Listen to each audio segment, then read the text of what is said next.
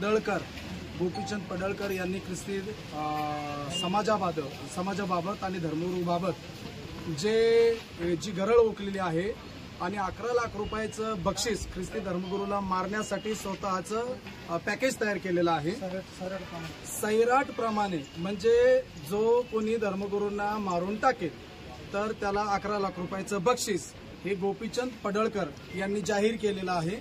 संविधानिक पदावरती असलेला एक मुख्य व्यक्ती असल्या प्रकारचं भाषण करू शकत नाही आणि जर तो अशा प्रकारचं भाषण करतो तर त्यांचे आमदारकी पद हे रद्द झाली पाहिजे, यासाठी आम्ही पहिले या ठिकाणी आलेलो आहोत। नंबर 2, जर कोणत्याही धर्मगुरूंना राहुरी तालुक्यातच नाही महाराष्ट्रातल्या कोणत्याही धर्मगुरूंना जर कोणत्याही प्रकारची इजा जर झाली, त्यांच्या कुटुंबातील कोणत्याही सदस्याला वा मंडळीतल्या वा चर्चमधल्या कोणत्याही सदस्याला कोणीही कोणत्याही प्रकारची हानी करण्याचा प्रयत्न केला तर याला 100% जबाबदार गोपीचंद पडळकर असणार आहे आणि त्याच्या भोवती असणारे त्याचे जे अगलबगलमध्ये त्याचे जे बच्चे आहेत जे 50 रुपयाच्या बिर्याणीवरती त्याच्या पाठीमागे फिरत आहेत ते सर्व याला जबाबदार असणार आहेत।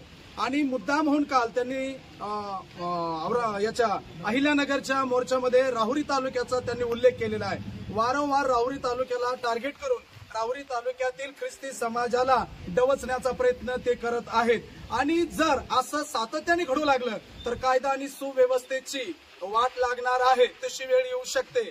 आणि ज्या ख्रिस्ती समाजाकडे तुम्ही उपद्रवी म्हणजे तो कधीच कोणाला उपद्रव करू शकत नाही असा जो समाज आहे आणि अशा समाजावर वारंवार तुम्ही वेगवेगळ्या प्रकारचे अश्लील शब्दाने आणि त्यांना बाजारू किंवा त्यांना धर्मांतरित म्हणून त्यांना जो डवचण्याचा प्रयत्न करत आहे आणि त्यांना खाली दाखवण्याचा प्रयत्न करत आहे, आता त्यांनी जाग्यावर आणि ठिकाणावर यावं, कारण जग ज्याला फॉलो करतं, जगातले 85% लोक ज्या येशू ख्रिस्ताचे फॉलोअर आहेत, त्याचे अनुयायी आहेत आणि जगातला नंबर 1 धर्म जो ख्रिस्ती आहे त्याचे आम्ही फॉलोअर आहोत। म्हणून गोपी, तुला हे नक्की समजून घ्यावं लागेल, तू आमच्या नादी लागू नको आणि जर तू नादी लागला तर आमचा नाद खुळा आहे।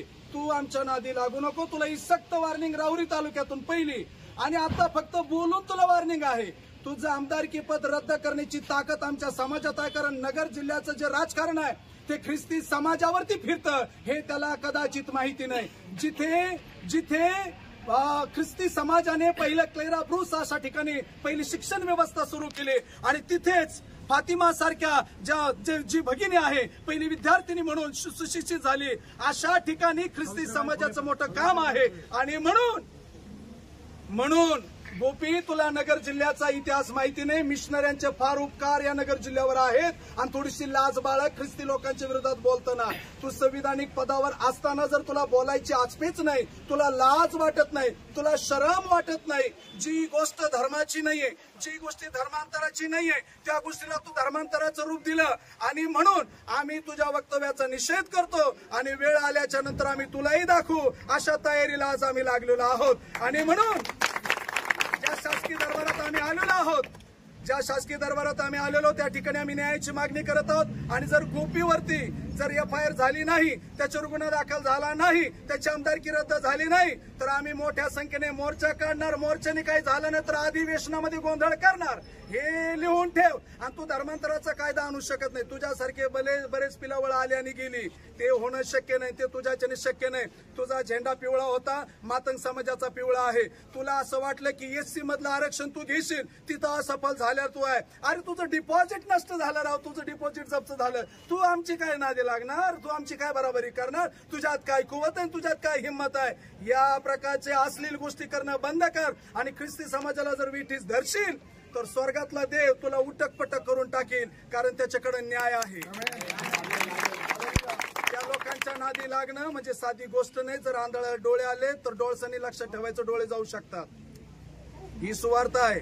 आणि आता सुधर, नाही तर जमीन दोस्त